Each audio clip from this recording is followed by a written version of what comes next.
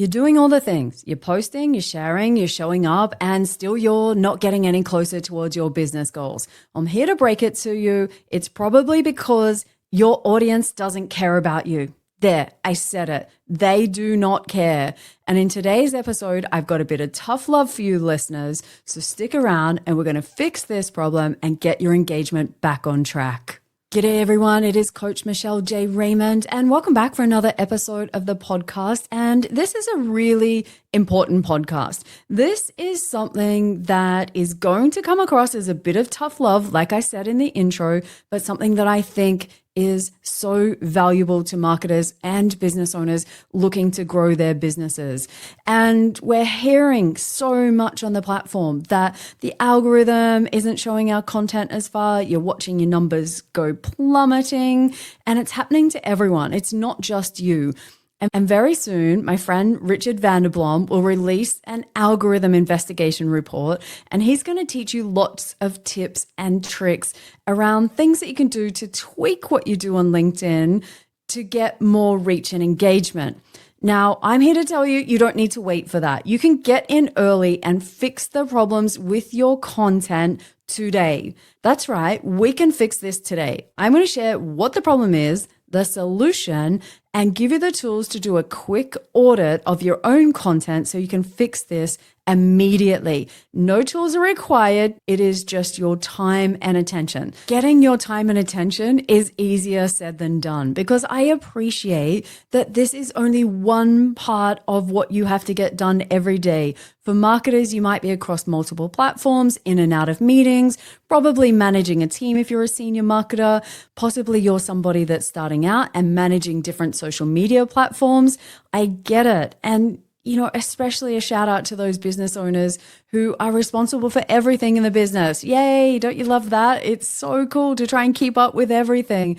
But this episode is going to be short, sharp, and practical, my favorite types of episodes. Before we dive into all of that cool stuff today, here's a quick word from our podcast sponsors, Metricool. Listeners, I am as excited as I am on a Friday when I crack open my packet of Tim Tams, maybe even a little bit more excited. Why? Because Metricool's LinkedIn study has just dropped and they've shared some amazing insights. In it, I learned things like the engagement rate on LinkedIn has grown by over 18% since 2024. Average clicks have also grown by over 30%. Not to mention, the average watch time for video content has spiked by, wait for it, 68%, which is just crazy. So Metricool's LinkedIn study analyzed over 47,000 professional LinkedIn accounts and more than 570,000 posts. If you're like me and you love to nerd out on all things LinkedIn so you can refine your 2025 LinkedIn strategy, then go to the show notes, find the link to download the report, and enjoy. And I would love to hear what you think was the most interesting insight.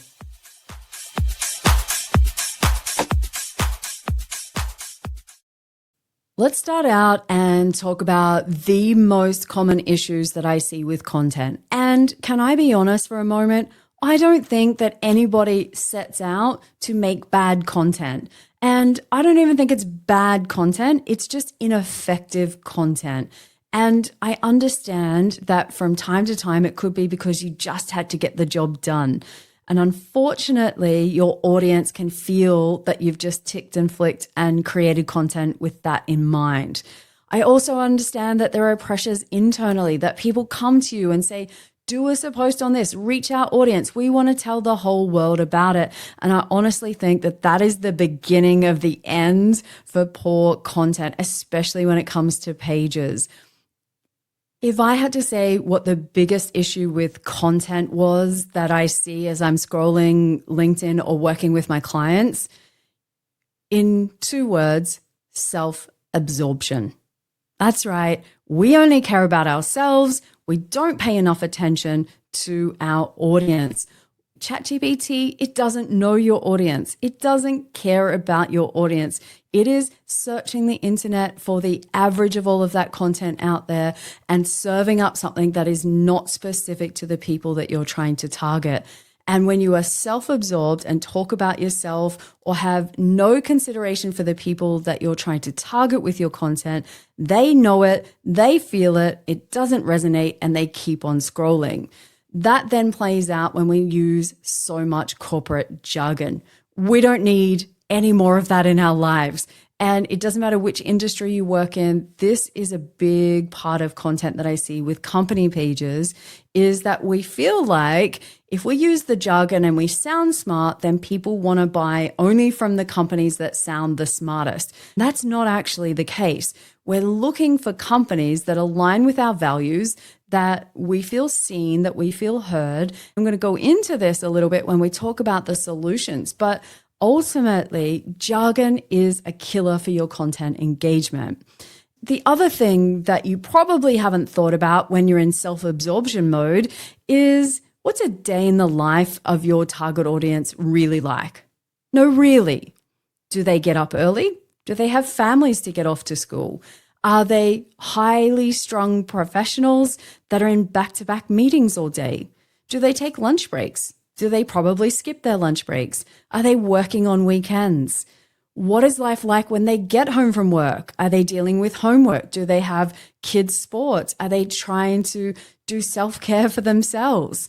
Do they stay up late? Are they night owls? If you can't come back to me with some generalized answers to many of those questions that I've just asked, then the answer is you're self-absorbed. You actually don't care about your audience. You have something you want to say. You are just going to broadcast it at them, and they're just going to take it whether they like it or not. And you know that they don't like it because your numbers aren't working. You cannot blame the LinkedIn algorithm all the time. It is not the fault of the algorithm that you're not getting engagement. LinkedIn is showing your content elsewhere. It is making sure that you are being seen. It may not be by as much as what we were historically, but what happens when people see it, that's on you. And ultimately, I am going to guess, and I see this when I do audits for company pages or people book a power hour with me, the first thing I do is I look at their content and say, you know what? Your content, it's all about you and nobody cares. And it's really a harsh truth, but it's also the most powerful thing that I can share with people. After this short break, let's come back and talk about the fix. I've got the solution for you. It's never doom and gloom, listeners. There is always, if we have a problem, there are solutions, and especially when it comes back to content. And if talking about yourself and being self-absorbed is the kryptonite to your content, the good news is you also have the superpower within you to be able to fix this. And that superpower is empathy. Having empathy for what it's like for people on the other side and really getting to understand what is a day in the life like for them can allow you to quickly fix your content. What are the key problems that they have? What are the challenges that they have in achieving their KPIs? If you work for somebody else, you're showing up every day trying to get closer to those goals so you can achieve your personal career goals. And that could be because it links to getting a promotion. It could be more wages. It could be bonuses. It could be all kinds of things. But as a creator, creating for your audience, think about what motivates people on the other side. What are they trying to achieve? And for some of your audience, it could be that they're really motivated by shared values. And we see that especially with Gen Z. They're looking to work with people that have an opinion, that stand for something, that share their values. And if you don't show that in your content, then they could be swiping on by.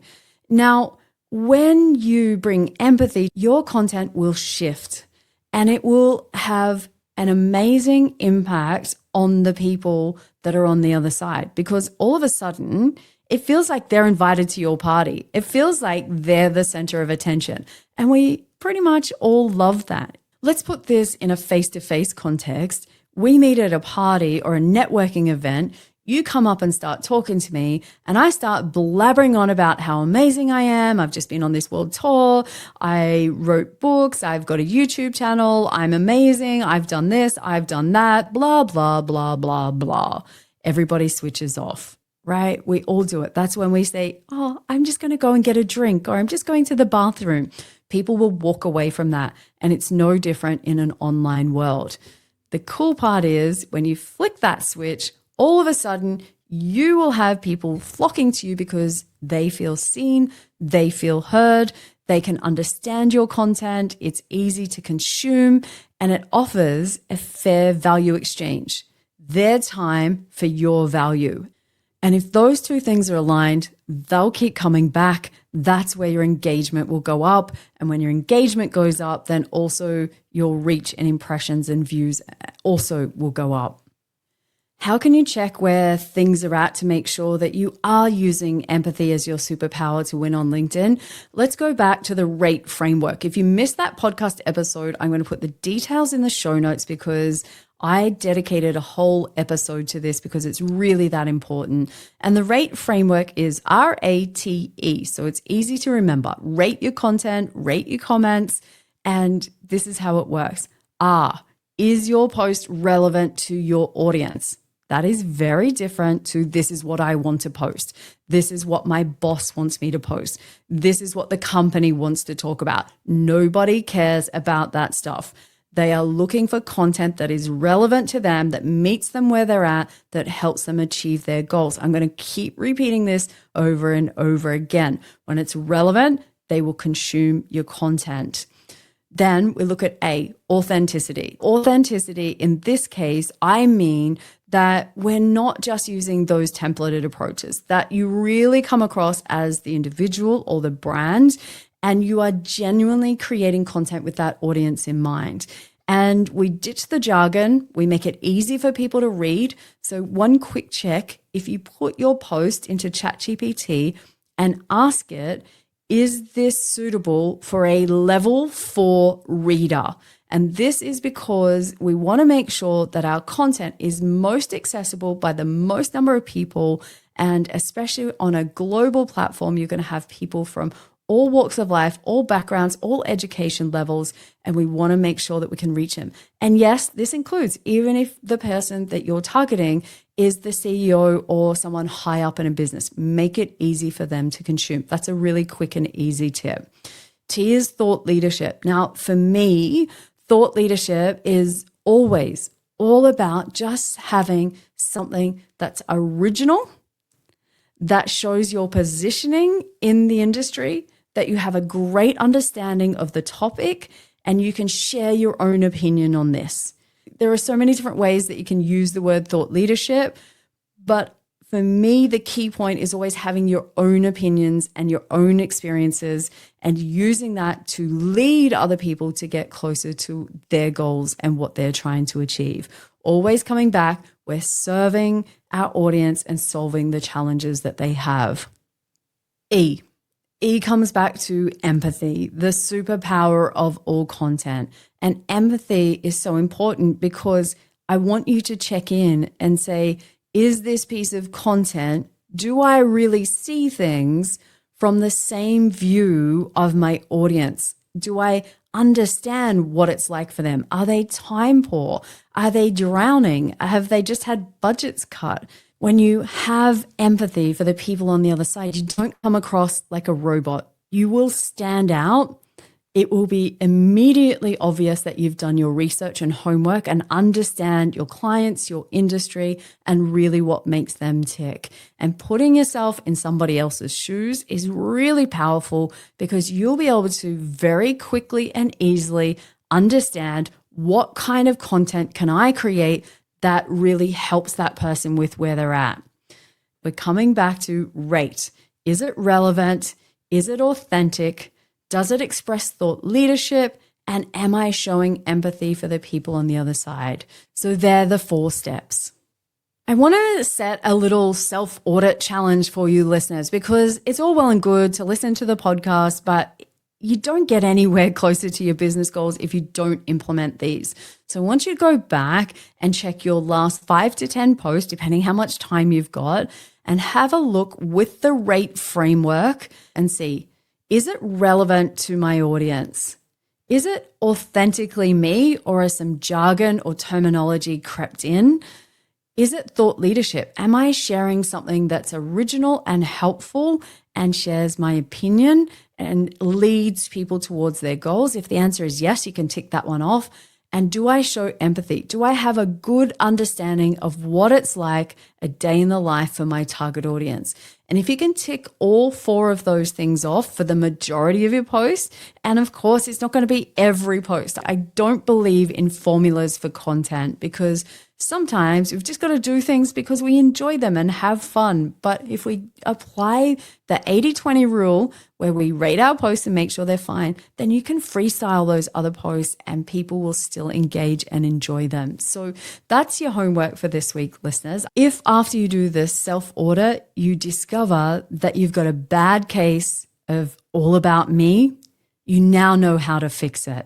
If you want to use LinkedIn to help you grow your business, it all starts with empathy. And if you need any help implementing this, reach out. It might be that having a power hour session with me where I can review your content with you, make suggestions, and then set you up for success in the future, all within 60 minutes, might be the ideal way for you to get results.